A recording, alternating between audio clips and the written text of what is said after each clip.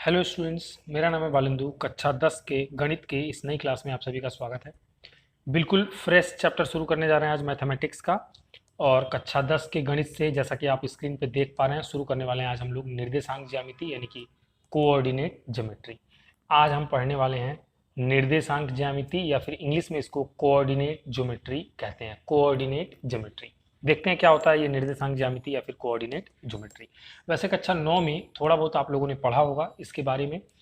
और अभी फिलहाल आप क्लास 10th में है। मैं ये क्लास 10th के पॉइंट ऑफ व्यू से वीडियो बना रहा हूँ। वैसे हेल्पफुल ये सभी के लिए हो सकती है। और आप किसी भी बोर्ड से हैं, निर्देशांक ज्यामिति सभी बोर्ड्स में है, आप पढ़ सकते हैं, आपके लिए इंपॉर्टेंट है। और कई क्लासें होंगी, पहले मैं बता दे रहा हूँ कि इसके आगे 3-4 क्लास और होने वाली है, क्योंकि एक एक सवाल एक एक चीज़ बहुत प्रॉपर तरीके से थ्योरी के साथ करने वाले हैं हम लोग। बिल्कुल भी कुछ भी एक भी चीज़ छूटेगा नहीं। ये मतलब 1 घंटे 1.5 घंटे में पूरा कोऑर्डिनेट खत्म हो जाए ऐसी वीडियो नहीं है। तो बिल्कुल कॉन्सेप्ट के हिसाब से पढ़ेंगे। चलिए, तो 9th में पढ़ा होगा, फिर भी कुछ एक चीज़ों को मैं रिपीट करा देता हूँ, आपको रिवाइज करा देता हूँ। जैसे कि निर्देशांक ज्यामिति कोऑर्डिनेट ज्योमेट्री में सबसे पहले हमें जानना पड़ता है कार्तीय पद्धति। सबसे पहली चीज़ जो हमें जाननी पड़ती है वो क्या है? कार्तीय पद्धति, या फिर जिसको हम लोग कहते हैं कार्टेशियन सिस्टम। कार्टेशियन सिस्टम क्या होता है? ये कार्टेशियन सिस्टम, ये क्या होता है कार्तीय पद्धति, इसको जान लेते हैं। तो बहुत सिंपल सी एक डेफिनेशन है हमारे पास, बहुत सिंपल सी एक बात है कि किसी भी एक प्लेन में, जैसे सपोज करो यही वाला प्लेन है, मैं इतने एरिया की बात कर रहा हूँ, मैं इतने एरिया की बात कर रहा हूँ, पूरे बोर्ड की बात नहीं कर रहा हूँ, मैं इतने प्लेन की बात कर रहा हूँ। इस एरिया में अगर स्टूडेंट्स मान लो कोई पॉइंट मैंने बना दिया, एक पॉइंट मैंने यहाँ पे बना दिया, इस पॉइंट का इस प्लेन में क्या महत्व है, या ये पॉइंट इस प्लेन में कहाँ पे स्थित है, अगर गणितीय विधि से हमें बताना हो कि इस पॉइंट को कैसे समझा पाएंगे कि इस प्लेन में इसकी क्या जगह है, वो समझाने के लिए ही निर्देशांक ज्यामिति बनाई गई। और वो समझाने के लिए ही कार्तीय पद्धति, कार्टेशियन सिस्टम बनाया गया। कार्टेशियन सिस्टम कहता है कि दो लंबवत लाइनें लेनी है आपको, बिल्कुल लंबवत, जो कि 90 अंश पे होंगी, जैसे कि मैंने ये ले लिया। इसमें जो हॉरिजेंटल लाइन है, जो ऐसे ये पड़ी पाई जिसको आप कहते हैं, ये एक्स एक्सिस होता है। और जो खड़ी पाई है, जो वर्टिकल लाइन होती है, इसको वाई एक्सिस कह देते हैं हम लोग। और ये जहाँ पे दोनों एक दूसरे को कट करती हैं, इसको ओ से दिखाते हैं, जिसको हम हिंदी में मूल बिंदु या फिर ओरिजिन, इंग्लिश में ओरिजिन कहते हैं। तो स्टूडेंट्स, इस एक्स और वाई एक्सिस के रेस्पेक्ट में इस पॉइंट की स्थिति को बताया जा सकता है कि ये पॉइंट कहाँ पे है इस प्लेन में, इसकी जगह एग्जैक्टली मैथमेटिकली कहाँ पे है। जैसे कि क्या करूंगा, अगर मैं यहाँ से एक परपेंडिकुलर डाल दूं इस एक्सिस पे, और यहाँ से एक परपेंडिकुलर मैंने डाल दिया इस एक्सिस पे, यहाँ पे इसने कट किया, तो एक्स पे इसने, मान लो सपोज करो अगर ये 1 2 3 यहाँ पे 4 होता, तो एक्स पे इसका कोऑर्डिनेट मिल जाता 4। और वाई पे सपोज करो 1 2 ये 3 होता, तो वाई पे इसने कहाँ कट किया? 3 पे। वाई को इस परपेंडिकुलर लाइन ने कहाँ कट किया? 3 पे। तो वाई का कोऑर्डिनेट 3 बता के, मतलब चूंकि 9 में आप पढ़ चुके हैं इसलिए मैं बस आपको रिवाइज करा रहा हूँ कि यहाँ पे क्या हो जाएगा, 4, 3 इसका कोऑर्डिनेट हो जाएगा, इसका निर्देशांक हो जाएगा। और यहाँ से हमें ये पता चल जाएगा कि इस पर्टिकुलर प्लेन में इस x और y के रिस्पेक्ट में इसकी पोजीशन क्या है, 4, 3 पे। ये x एक्सिस से 3 की डिस्टेंस पे, और y एक्सिस से 4 के डिस्टेंस पे यहाँ पे ये है। बिल्कुल सही बोला मैंने। देखो, y एक्सिस से y ये है, यहाँ से ये 4 की दूरी पे, और x से कितनी दूरी पे? 3 की दूरी पे है। इसके निर्देशांक है 4, 3। तो ये जो स्टूडेंट्स प्लेन बना दिया मैंने, एक्स वाई एक्सिस बनाने के बाद, इसी प्लेन को कहते हैं कार्टेशियन सिस्टम, या इसी प्लेन को नाम दिया गया है कार्तीय पद्धति। उम्मीद करता हूं आप समझ पा रहे होंगे। तो यहां तक बात समझ में आ गई होगी कि कार्तीय पद्धति या फिर कार्टेशियन सिस्टम जो है वो इसलिए है ताकि हम किसी पॉइंट को किसी प्लेन के रिस्पेक्ट में मैथमेटिकली डिनोट कर पाएं, उसको दिखा पाएं, उसको बता पाएं। जैसे कि यहाँ पे बता दिया मैंने। और ये एक्स और वाई एक्सिस जो हमने बना दिया, यही हमारा क्या हो गया? कार्तीय पद्धति या फिर कार्टेशियन सिस्टम हो गया। इसमें स्टूडेंट्स ध्यान देना, अगर एक्स और वाई एक्सिस को प्रॉपरली बनाया जाए, अगर इसको एक्स एक्सिस कहते हैं, इसको वाई एक्सिस कहते हैं, तो आपको पता है कि ये पॉइंट ओरिजिन कहलाता है, दोनों जहां पे कट करते हैं। क्योंकि 9th में आप पढ़ चुके हैं इसलिए मैं बेसिक नहीं लेके चल रहा हूँ, मैं आपको बस रिवाइज करा रहा हूँ ताकि आगे अच्छी चीजें हम जो क्लास 10th लेवल की हैं वो पढ़ सकें। तो यहाँ पे ये ओरिजिन के राइट साइड में आप सभी को पता है ये सभी कैसा होता है? पॉजिटिव। ओरिजिन के लेफ्ट साइड में ये सभी कैसे होते हैं? निगेटिव। वाई एक्सिस पे ऊपर की तरफ कैसा होता है? पॉजिटिव। और वाई एक्सिस पे नीचे की तरफ कैसा होता है? निगेटिव। ये जो पूरा मैंने बना दिया, ये क्या है? ये कार्टेशियन सिस्टम है। उम्मीद करता हूँ आप समझ पा रहे होंगे। आसान सी बात थी, यहाँ तक आपको कोई दिक्कत नहीं होनी चाहिए। इसके बाद आगे चलते हैं। देखिए, अब हमें पढ़ना है चतुर्थांश के बारे में। अब हमें जानना है चतुर्थांश क्या होता है, या फिर क्वाड्रेंट्स क्या होते हैं, क्वाड्रेंट्स क्या होते हैं ये जानना पड़ेगा, क्वाड्रेंट्स या फिर चतुर्थांश। तो देखिए क्या होता है क्वाड्रेंट्स या फिर क्या होता है चतुर्थांश। आपने देखा होगा कि जब भी हम ये एक्स और वाई एक्सिस बना रहे होंगे, ये एक्स और वाई एक्सिस किसी प्लेन को 4 पार्ट्स में डिवाइड कर देता होगा। एक तो ये वाला पूरा पार्ट, एक तो ये वाला पूरा पार्ट, और एक ये वाला पूरा पार्ट, और एक ये वाला पूरा पार्ट, 4 पार्ट्स में डिवाइड कर देता है। तो चतुर्थांश, जैसा कि अगर इसको संधि विच्छेद करें, चतुर्थांश चौथा अंश, यानी कि एक प्लेन को 4 पार्ट्स में डिवाइड कर दिया एक्स एक्सिस और वाई एक्सिस ने, और उसमें से जो एक एक हिस्सा मिला हमें, वही एक एक हिस्सा क्या कहलाता है, चतुर्थांश कहलाता है, या फिर आप कह सकते हो इंग्लिश में क्वाड्रेंट्स कहलाता है। उम्मीद करता हूँ ये भी समझ में आ रहा होगा। और चतुर्थांश या क्वाड्रेंट्स में, जैसे कि यहाँ पे एक बार अच्छे से देख लेते हैं, ये ओरिजिन था, ये सपोज करो एक्स एक्सिस था, और ये हमारा कौन सा था, वाई एक्सिस था। तो यहाँ पे चतुर्थांश जो है स्टूडेंट्स, चतुर्थांश में आपको एक बात समझ में आ गई होगी कि 4 पार्ट्स में डिवाइड हो गया। एक पार्ट्स को पर्टिकुलर ये वाला हिस्सा जो है एक चतुर्थांश, ये वाला हिस्सा दूसरा, ये वाला हिस्सा तीसरा, और ये वाला हिस्सा चौथा चतुर्थांश है। इस चतुर्थांश में ध्यान रखना, थोड़ा सा यहाँ पे माइंड करने वाली बात है, इस वाले चतुर्थांश को, इसको फर्स्ट या फिर प्रथम चतुर्थांश कहते हैं, इसके बाद इसको सेकेंड या फिर द्वितीय चतुर्थांश, इसके बाद इसको थर्ड या फिर तृतीय चतुर्थांश, और इसको फोर्थ यानी कि चौथा चतुर्थांश। 4 होते हैं। यहाँ से शुरू करते हैं काउंटिंग, आप यहाँ से नहीं कर सकते स्टूडेंट्स, आपको यहीं से करना है। ये चीज़ आपको ध्यान रखनी पड़ेगी। First coordinate, first quadrants, second quadrants, third quadrants और फोर्थ क्वाड्रेंट्स। तो ये चारों क्वाड्रेंट्स के बारे में आपको पता चल गया होगा यहाँ से। तो अब तक कुल मिला के हमें 4 बातें पता चल चुकी हैं स्टूडेंट्स। पहला कि कोऑर्डिनेट ज्योमेट्री की नीड क्या थी, एक पॉइंट का, किसी भी पॉइंट का किसी भी प्लेन में मैथमेटिकल पोजीशन क्या है ये बताने के लिए निर्देशांक ज्यामिति की जरूरत थी। एक बात जरूर ध्यान रखना, इस क्लास के लास्ट में तुम्हें प्रैक्टिकल लाइफ एग्जाम्पल्स बताऊंगा कि प्रैक्टिकल लाइफ में, अपने सामान्य जीवन में निर्देशांक ज्यामिति का उपयोग हम लोग कहाँ पे करते हैं। दूसरी बात हमें पता चली थी कार्टेशियन सिस्टम। कार्टेशियन सिस्टम क्या होता है, जब हम किसी प्लेन में 2 लाइनें खींच देते हैं जो एक दूसरे के लंबवत होती हैं, जिसमें से जो ओरिजेंटल होती है वो एक्स एक्सिस और वर्टिकल होती है वो वाई एक्सिस, और इस तरह से एक्स और वाई के रेस्पेक्ट में जब हम पॉइंट्स को डिनोट करने की कोशिश करते हैं, तो इसी सिस्टम को, इसी पद्धति को हम कहते हैं कार्टेशियन सिस्टम या फिर कार्तीय पद्धति। और जिस प्लेन पे ये सारा काम हो रहा है, जिस प्लेन पे ये सारा काम हो रहा है बच्चों, इसको कार्टेशियन प्लेन कहते हैं। जैसे ये प्लेन अभी फिलहाल मेरा यहाँ इस पर्टिकुलर टाइम के लिए ये प्लेन मेरा क्या हो गया, कार्टेशियन प्लेन हो गया। ठीक है, तीसरी बात आपको कार्टेशियन प्लेन वाली पता चल गई, दूसरी बात कार्टेशियन पद्धति थी, तीसरी बात कार्टेशियन प्लेन, और चौथी बात आपको चतुर्थांश पता चल गए, क्वाड्रेंट्स पता चल गए। चलिए आगे चलते हैं। ओके, और अगर किसी भी कार्टेशियन प्लेन में, किसी भी कार्तीय तल में अगर किसी बिंदु के निर्देशांक बताने हो तो आप कैसे बताओगे। जैसे मैंने इस पॉइंट की चर्चा की थी, कैसे बताओगे, आप क्या करोगे, यहाँ से एक परपेंडिकुलर डालोगे एक्स एक्सिस पे, एक परपेंडिकुलर डालोगे वाई एक्सिस पे। एक्स एक्सिस को जहाँ पे कट करेगा, सपोज करो अगर ये 4 है तो इसका निर्देशांक कितना हो जाएगा, 4 कॉमा, अगर इसने वाई एक्सिस को जहाँ पे कट किया, मान लो ये 3 है, तो इसका निर्देशांक कितना हो जाएगा, 3। ये भी आपको पता है, ये आपको पहले से मैंने बताया हुआ है, ये रिविजन तो आपको कराया हुआ है। ठीक है, चलिए और आगे चलते हैं। ओके, तो आगे चलते हैं। जस्ट ये एक रिवीजन चल रहा है, इसलिए आपको घबराना नहीं है, बस आज रिवाइज कर लो एक बार चीज़ों को, ताकि मैं जब आगे पढ़ाऊं तो आपको प्रॉपर तरीके से समझ में आए। जैसे निर्देशांकों के चिन्ह परिपाटी की बात अगर करें, या फिर इंग्लिश में हम इसको साइन कन्वेंशन कहते हैं, sign convention of coordinate, sign convention of coordinate. Sign convention कैसे निकलता है स्टूडेंट्स, ध्यान दीजिएगा। जैसे हम इस प्लेन को 2 पार्ट्स में हमने डिवाइड कर दिया, ये कार्टेशियन प्लेन, ये ओरिजिन हो गया, ये एक्स एक्सिस, और ये कौन सी एक्सिस, वाई एक्सिस। ये हो गया आपका एक्स अक्ष और ये हो गया आपका वाई अक्ष, और यहाँ पे ओरिजिन है। यहाँ पे आपको पता है पॉजिटिव नंबर्स आएंगे 1 2 3 4 5 एंड सो ऑन, और इधर क्या होता है, अभी थोड़ी देर पहले बताया था मैंने, -1 -2 -3 -4 -5 एंड सो ऑन। ऊपर 1 2 3 4 एंड सो ऑन, नीचे -1 -2 -3 -4, इस तरह से चलता चला जाएगा। ये कार्टेशियन प्लेन बना लिया, एक्स और वाई एक्सिस बना लिया। आपको पता है ये हमारा फर्स्ट क्वाड्रेंट्स है, प्रथम चतुर्थांश, ये हमारा सेकेंड द्वितीय चतुर्थांश, ये हमारा थर्ड तृतीय चतुर्थांश, और ये हमारा फोर्थ चतुर्थ चतुर्थांश। अब अगर साइन कन्वेंशन की बात करें, चिन्ह की बात करें स्टूडेंट्स, अगर चिन्ह की बात करें, फर्स्ट वाले कोऑर्डिनेट में देखिएगा, फर्स्ट वाले कोऑर्डिनेट का ये पूरा हिस्सा आता है, ये पूरा हिस्सा किसका है, फर्स्ट का है, और इस हिस्से में ये यहाँ से लेके ये वाली लाइन आती है, और यहाँ से लेके ये ऊपर वाली लाइन आती है।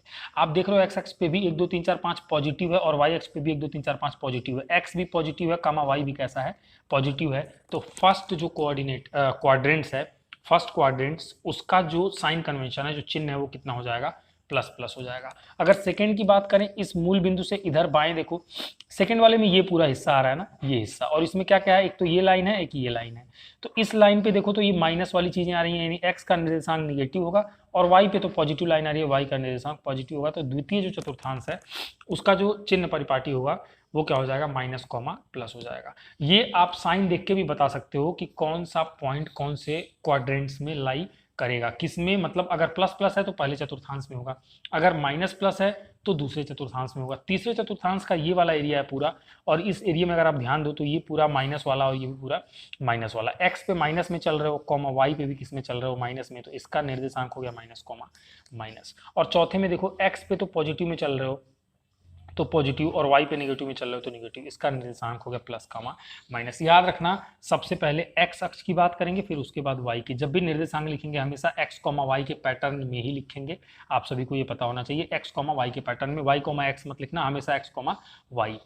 तो फर्स्ट जो क्वाड्रेंट्स है, प्रथम चतुर्थांश, उसका जो साइन कन्वेंशन है, चिन्ह परिपाटी, वो क्या है, प्लस प्लस, सेकंड का माइनस प्लस, थर्ड का माइनस माइनस, और फोर्थ का प्लस माइनस। ये बहुत इजी है, जैसे मैंने निकाला इधर से प्लस तो प्लस प्लस, ये माइनस ये प्लस तो माइनस प्लस, ये भी माइनस हो, पहले x को ये प्लस और फिर बाद में y को माइनस, तो ये प्लस कॉमा माइनस। ये सभी के निर्देशांक आपको जो साइन कन्वेंशन है वो यहाँ से बना सकते हैं आप, पहले दूसरे तीसरे और चौथे क्वाड्रेंट्स का, कोई बड़ी बात नहीं है। साइन कन्वेंशन आपका रिवाइज हो गया, उम्मीद करता हूँ आप बता पाएंगे कि कौन कौन सा चिन्ह, कौन कौन से, अगर चिन्ह केवल आपको पता, जैसे मैंने कहा मैंने एक नंबर दिया -2, -3, मैंने कहा बेटा बताओ ये किस क्वाड्रेंट्स में लाई करेगा, तो तुम कहोगे कि सर इसके x के भी पहले माइनस, y के भी पहले माइनस, और ये तो तीसरे चतुर्थांश का चिन्ह है, साइन कन्वेंशन है, तो यानी कि -2, -3 कहाँ पे होगा, पक्का है कार्टेशियन प्लेन में तीसरे चतुर्थांश में होगा।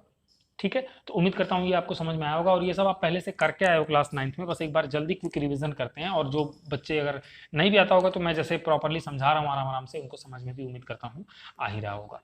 चलिए, तो कुछ एक एग्जाम्पल्स है उनको थोड़ा सा कर लेते हैं, 1-2 एग्जाम्पल्स है मेरे पास, उन एग्जाम्पल्स को करते हैं।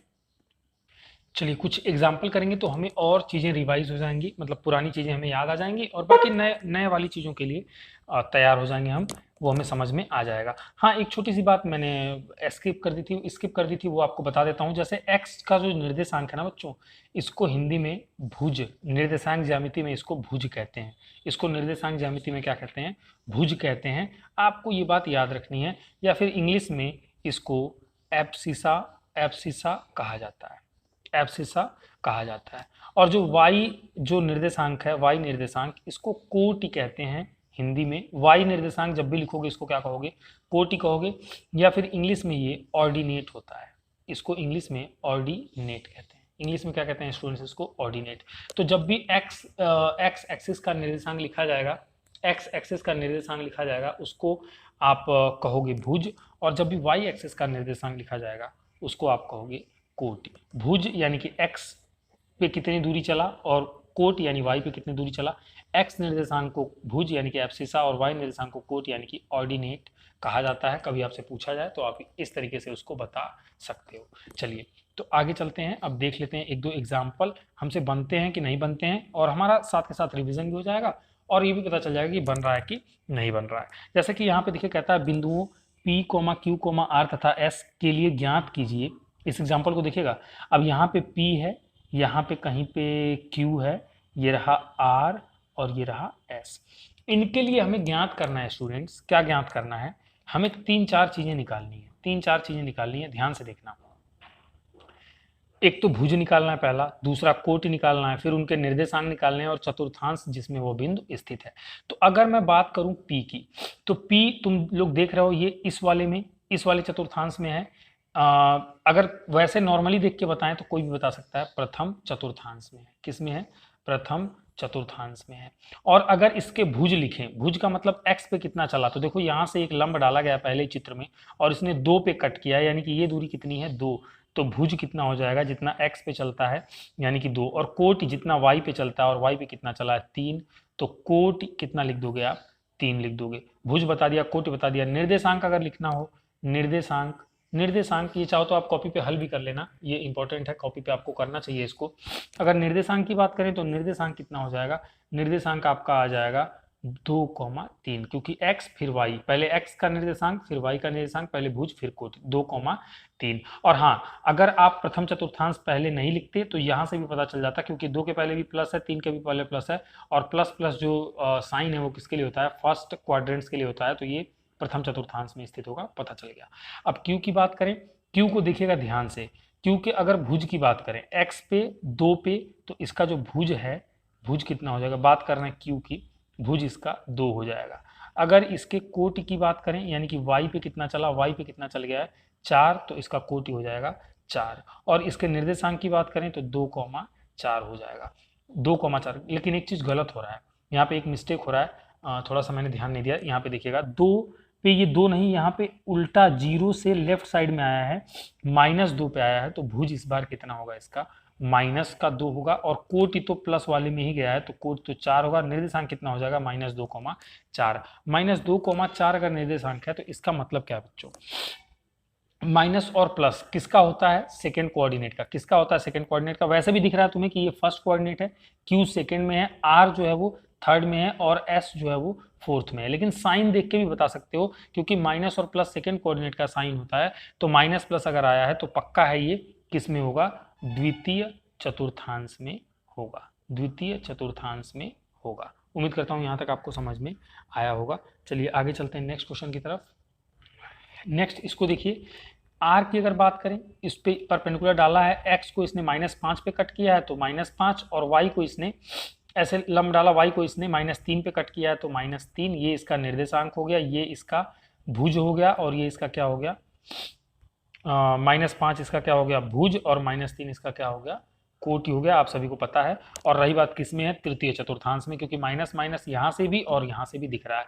और ये चौथा वाला किस में है, एस, ये चतुर्थ में है, वैसे भी पता चल गया। और अभी जब इसका आप भुज और कोटि बनाओगे तभी आपको पता चल जाएगा। कैसे, एक्स को इसने कहाँ पे कट किया, देखो ये एस पॉइंट था, एक्स पे ले गए तो 5 पे कट किया, और ये भी पॉजिटिव 5 है तो इसका हो जाएगा 5, वाई को इसने -1 पे कट किया तो वाई का -1।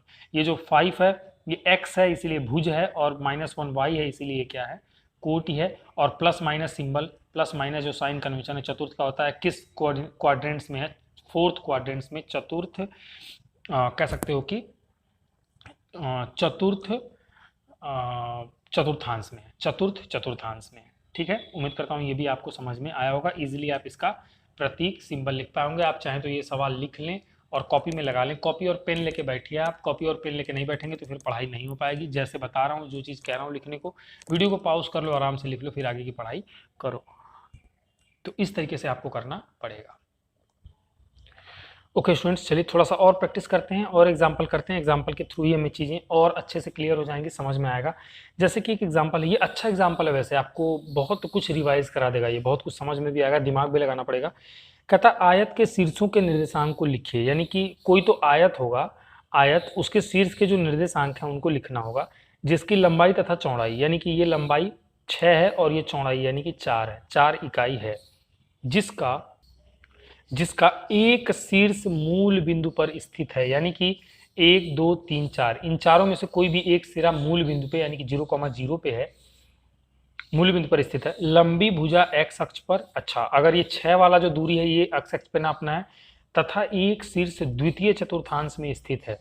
कहता एक शीर्ष द्वितीय चतुर्थांश में स्थित है, तो इसमें यानी कि अगर एक शीर्ष द्वितीय चतुर्थांश में है, कोई भी एक सिरा द्वितीय चतुर्थांश में है, तो देखिए कैसे बनेगा ये, क्या इसको बनाने का तरीका हो सकता है। सबसे पहले तो कार्टेशियन प्लेन बना देता हूं मैं।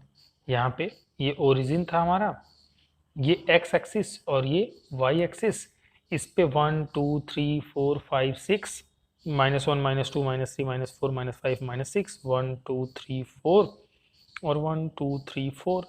तो यहाँ से देखना 1, 2, 3, 4, 5, 6, और वही सेम चीज़ माइनस में -3, -4, -5, -6, 1, 2, 3, 4, और यहाँ पे -1, -2, -3, -4, ये बना लिया मैंने।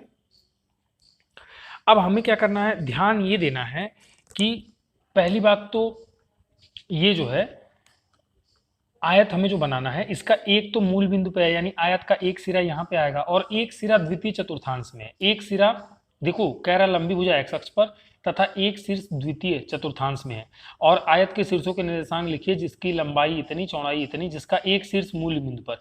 तो एक शीर्ष यहाँ मूल बिंदु पे था, एक जो शीर्ष है वो मूल बिंदु पे है, और एक द्वितीय चतुर्थांश में, यानी कि जो हमारा आयत होगा वो इस चतुर्थांश में यहाँ कहीं पे बनना चाहिए होगा, क्योंकि अगर इधर बना दिया तो पहले कोऑर्डिनेट में चला जाएगा, इधर बना दिया तो एक सिरा फोर्थ में चला जाएगा, इधर बना दिया तो एक सिरा थर्ड में, एक सिरा हमें हर हाल में एक सिरा द्वितीय चतुर्थांश में, तो यानी इसी में द्वितीय चतुर्थांश में चाहिए, तो द्वितीय चतुर्थांश में ही आयत को बनाना पड़ेगा। x कितना 6, तो यहाँ से 1 2 3 4 5 6, बल्कि -6 इतना चल गए, और y पे कितना चलना था, 4 चलना था। ये लंबाई मिल गई, ये चौड़ाई मिल गई। आपको पता है लंबाई और चौड़ाई कैसी होती है, आयत की आपस में बराबर होती है। तो इधर भी 4 चल लोगे और इधर भी कितना चल लोगे, 6 चल लोगे, इधर भी कितना चल लोगे, 6 चल लोगे। तो यहाँ पे आके कोई पॉइंट पे कट करोगे, ये जो बनेगा यही तुम्हारा रिक्वायर्ड आयत होगा।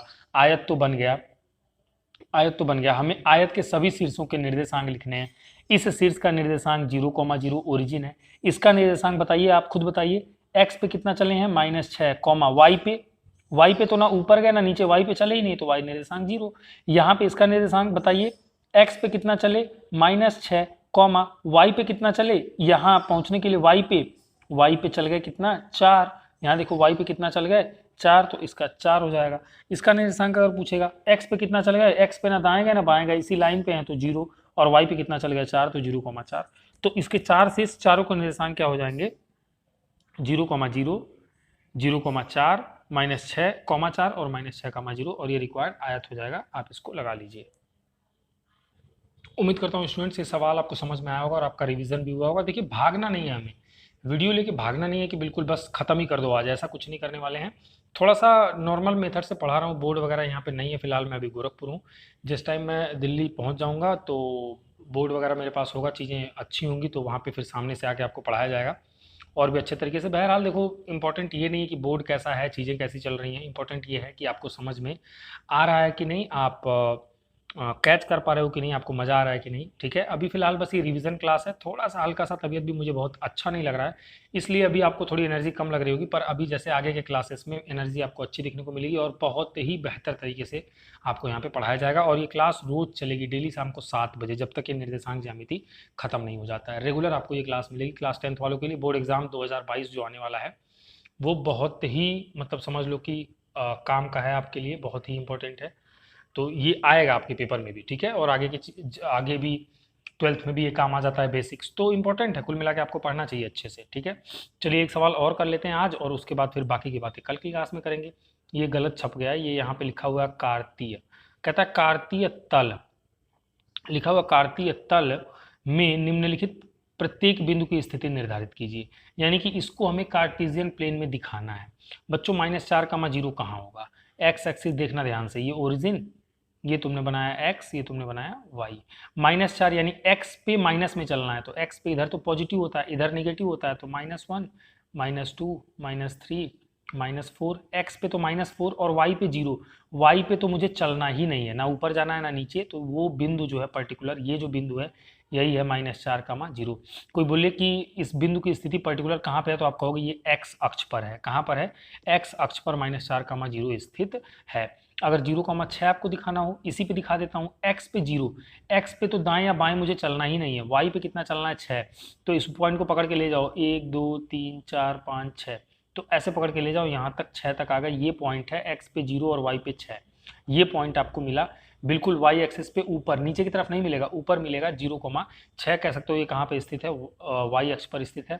4,0, x पे 4 पॉजिटिव में चलना है, तो 1 2 3 4, 1 2 3 4, x पे चल गए, और y पे कितना चलना है, 4,0 को मैं दिखा रहा हूँ, y पे चलना ही नहीं है, तो ये पॉइंट मिल गया आपको। इस पॉइंट का निर्देशांक 4,0, और ये कहाँ पे स्थित है, x एक्सिस पे। और 0,-8 दिखाना हो तो x पे तो चलना ही नहीं है, ओरिजिन से राइट या लेफ्ट नहीं जाना है, y पे चलना है -8, तो 1 2 3 4 5 6 7 8, यहाँ तक 8 7 6 5 4 3 2 1, सब माइनस में है, तो y पे कितना आना है, -8 तक आना है। यहाँ पे आके रुक जाना है, x पे 0 और y पे -8। ये इस बिंदु का निर्देशांक, ये वो बिंदु है, यही कहाँ पे है, y एक्सिस पे है, नेगेटिव एक्सिस पे नीचे की ओर। तो ये भी आपने यहाँ पे दिखा दिया। उम्मीद करता हूँ आपको यहाँ तक समझ में आया होगा, और आज की क्लास मैं इतना ही रखता हूँ, लेकिन अभी आप भागना मत। आज आपको एक चीज़ बताने का वादा किया मैंने कि कार्तीय तल का, सॉरी, निर्देशांक ज्यामिति का, कोऑर्डिनेट ज्योमेट्री का प्रैक्टिकल लाइफ में एग्जाम्पल क्या है, कहाँ पे इसका उपयोग करते हैं। तो बस आप वीडियो में बने रहिए, अभी आपको वो चीज़ बता देता हूँ कि कहाँ पे उपयोग करते हैं। बहरहाल बाकी लिखना नहीं है आपको कुछ, अभी फिलहाल वो बेसिक चीज़ आप जान लो। और एक जिस बुक से मैं पढ़ा रहा हूँ इसका प्रश्नावली 6.1, प्रश्न ये छठे चैप्टर में यहाँ पे दिया हुआ है। प्रश्नावली 6.1 मैं अपलोड कर रहा हूँ वीडियो में, यहीं पे स्क्रीनशॉट ले लेना। जिन बच्चों के पास यही किताब होगी इसी किताब से सवाल लगाएंगे, या फिर आपके पास कोई भी किताब हो, ऑल इंडिया लेवल पे आपके पास कोई भी किताब हो, निर्देशांक ज्यामिति का बेसिक पहला चैप्टर उठा के एक बार एग्जाम्पल और सवाल पढ़ने का प्रयास करिएगा। आपसे 2-4 सवाल या फिर निर्देशांक ज्यामिति की कुछ चीज़ें समझ में आपको आने लगेंगी, आपसे वो सवाल बनने लगेगा। अभी ये बिल्कुल बेसिक था क्लास 10th का, और अगले क्लास में आप थोड़ा तैयार होकर आइएगा मेंटली, क्योंकि आगे से अब चीज़ें नई नई चीज़ें आएंगी जो शायद 9 में नहीं पढ़ा, अब सीधे हम लोग 10 में वो चीज़ पढ़ने वाले हैं। ठीक है, और इससे पहले आप जान लीजिए कि जो निर्देशांक ज्यामिति है इसका प्रैक्टिकल लाइफ में यूज़ क्या है। देखो बच्चों, सबसे बढ़िया कोऑर्डिनेट ज्योमेट्री का इस्तेमाल अगर कोई करता है तो वो है प्रिंटर या स्कैनर। मैंने क्या कहा, पी फॉर प्रिंटर, प्रिंटर या फिर स्कैनर। आप बहुत सारे फोटोकॉपी वगैरह कराने जाते होगे दुकान पे, वहाँ पे देखते हो कि प्रिंटर और स्कैनर होता है। उसमें एक बॉक्स होता है, उसको उठाते हैं, उसमें जो भी चीज़ें प्रिंट या स्कैन करनी होती है रखते हैं। तो उस तल को, ये जो प्लेन बेटा बना हुआ है ना, ये वही वाला प्लेन बना हुआ है। इसमें तुमने किसी चीज़ को रखा तो इसमें एक एक पॉइंट को कैसे जज करेगा, उस पिक्चर में बने हुए एक एक छोटे छोटे चीज़ को कैसे जज करेगा प्रिंटर की, कौन सी चीज़ की लोकेशन उस तल में कहाँ कहाँ है, उसके लिए प्रिंटर यूज़ करता है कोऑर्डिनेट ज्योमेट्री का। वो क्या करता है, ये इसको एक्स एक्सिस बनाता है, इसको वाई एक्सिस बनाता है, और इसके रिस्पेक्ट में ये जो पूरी पिक्चर है, इस पिक्चर को कई पार्ट्स में तोड़ देता है। जैसे देखो, 1 part, 2 part, 3 part, 4 part, 5 part, और ये एक एक पार्ट को, जैसे ये वाला पार्ट है, सपोज करो तुम, ये वाला पार्ट है, ठीक है। इसको प्रिंटर क्या करेगा, कैसे समझेगा कि एक्स एक्सिस से कितनी दूरी पे है और ये वाई एक्सिस से इतनी दूरी पे है, और उसके हिसाब से वो उसका इमेज वहां पे छापने का प्रयास करेगा, उसको प्रिंट करने का प्रयास करेगा। और ये 1-2 नहीं, यहाँ पे तो समझाने के लिए 1 2 3 4 5 6 ऐसे 8-10 टुकड़ों में इसको बांटा गया है।